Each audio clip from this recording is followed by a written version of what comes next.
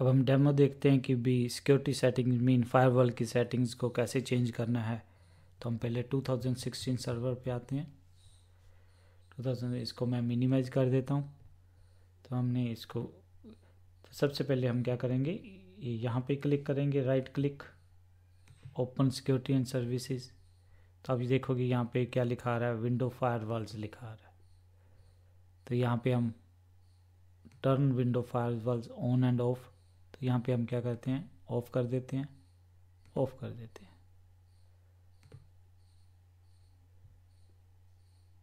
तो ये हमारी जो फायरवॉल है, एक बार फिर मैं दिखा देता हूँ कि भी यहाँ पे नेटवर्क सिक्योरिटी सेटिंग्स पे भी आके देख लेते हैं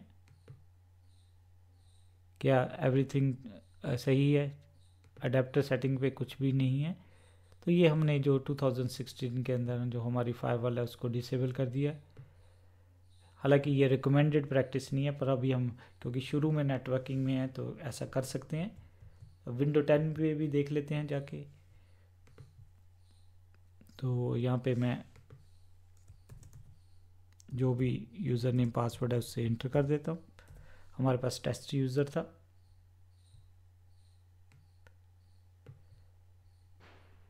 तो यहाँ पे हम राइट क्लिक, ऑप्शंस,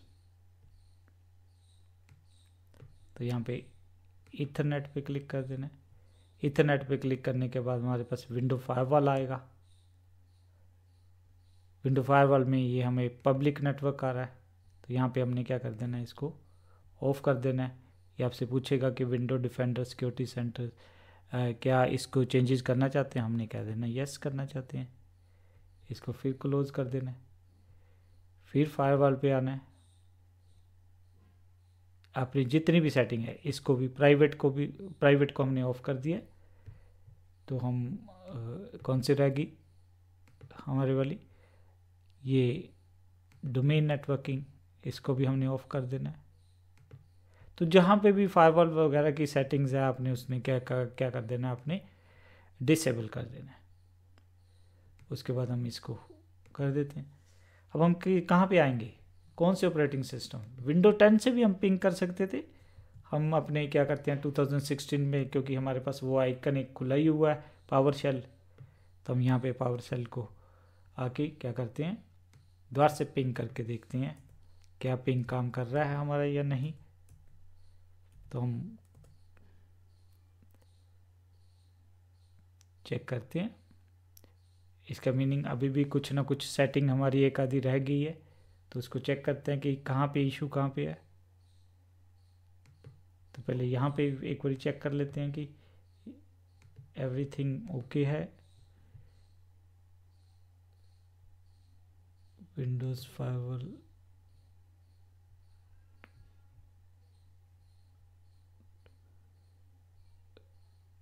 यहाँ पे हम फिर द्वार से जाते हैं। ये हमारा तो ऑफ है, कोई इशू नहीं है यहाँ पे।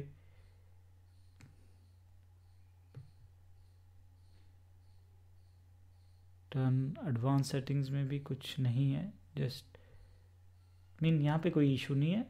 पर फिर उससे वेरी एक बारी हम एड्रेसेस वगैरह चेक कर लेते हैं, कुछ एड्रेसेस वगैरह में तो नहीं प्रॉब्लम।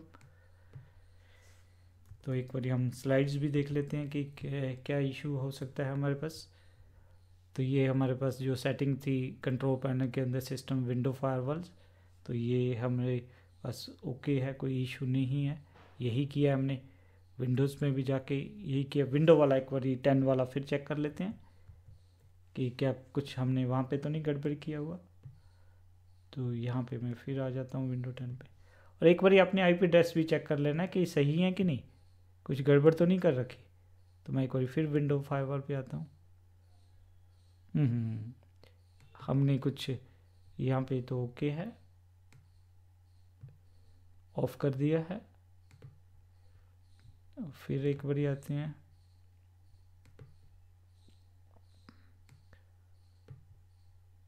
पब्लिक नेटवर्क, ये अभी ऑन ही था हमारा, तब हमने इसको ऑफ कर दिया। इसको एक बार फिर